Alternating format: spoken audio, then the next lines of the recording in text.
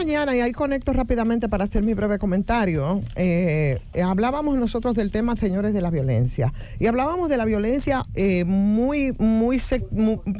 obliga a un sector, que es el sector de la violencia intrafamiliar. Y decíamos que tenemos unas estadísticas que han sido más o menos una constante que ahora parece que van a detonar. Tiene que ver con esas 773 mujeres que prácticamente casi todos los años nos reportan como víctimas de muertes, de los feminicidios, que ya es la última expresión de la violencia, aunque se da todo el tiempo por un problema cultural, por un problema educativo, porque nosotros arrastramos todo este tema de la violencia. Y hoy veía una reflexión interesante que hacía la antropóloga desde su punto de vista, por supuesto, y de la perspectiva de la antropología, al tema de la violencia y como mismo refería, esos nudos que atan la violencia, en la que identificaba alguna parte del problema, por supuesto, tomando como punto de partida los casos que hemos tenido de muchas mujeres muertas a manos de sus parejas, como una expresión de la violencia en sentido general.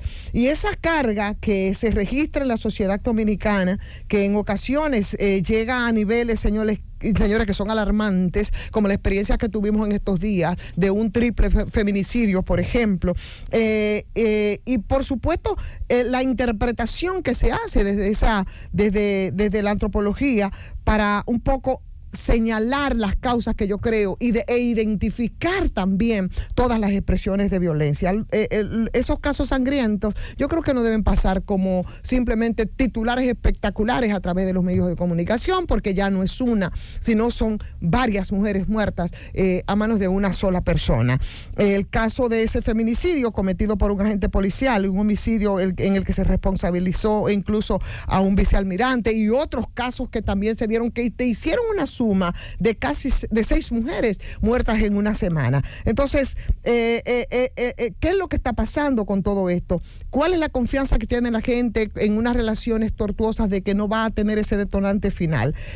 ¿Qué está incidiendo en todo esto? En donde se señala incluso el tema de las religiones como impacto, ¿no?, en esa conciencia de las mujeres de que tienen que ser sumisas, y no es una mentira. O sea, es el componente de todo esto. Y lo otro, que es el elemento importante que yo quiero destacar en esta intervención, precisamente, que es el caso que se habla del morbo, de cómo se trata y del papel que juegan los medios de comunicación en estos videos de agresiones a mujeres. Y para eso tuvimos ejemplos la semana pasada. Nosotros vimos a través de las redes sociales, que sabemos se manejan con muy poco rigor, pero también desde medios de comunicación formales que tienen que tener un protocolo, y así lo ha establecido, por ejemplo, la Organización Mundial de la Salud. ¿Para qué? Para que tú, a través de estos videos, ¿no?, y de estas publicaciones, no termines revictimizando precisamente a esa persona, pero además estimulando también otras acciones de violencia. Y era desde el punto de vista social, ¿no? Un psicólogo, un psiquiatra, porque son muchas lecturas, ¿no? ¿Qué decir nosotros desde el tema de las políticas públicas, de cómo nosotros estimulamos la inversión, la intervención, la equidad? Que ya eso se hace de manera estatal desde políticas públicas adecuadas, porque es incierto pensar que esto estaría desvinculado, por supuesto, al tema de la pobreza y al tema de la educación. Indiscutiblemente que es así, y una buena forma de medirlo son los países donde la pobreza está bajo control, o donde el tema de la educación es la prioridad, y por tanto las expresiones en este tipo de violencia no son tantas. Pero bueno, desde la psiquiatría y desde la psicología también se ha estado hablando de esto, pero sobre todo de cuáles son las herramientas que tenemos a través de los medios de comunicación para hacer un manejo de estos casos de violencia, mucho más allá del morbo, por un lado, y del rating y de los likes. En el caso de las redes sociales, que ya les dijimos, no hay ningún tipo de rigor. Cómo esto se puede manejar, y cómo sobre todo este fenómeno se asocia a esa ausencia de ese rigor.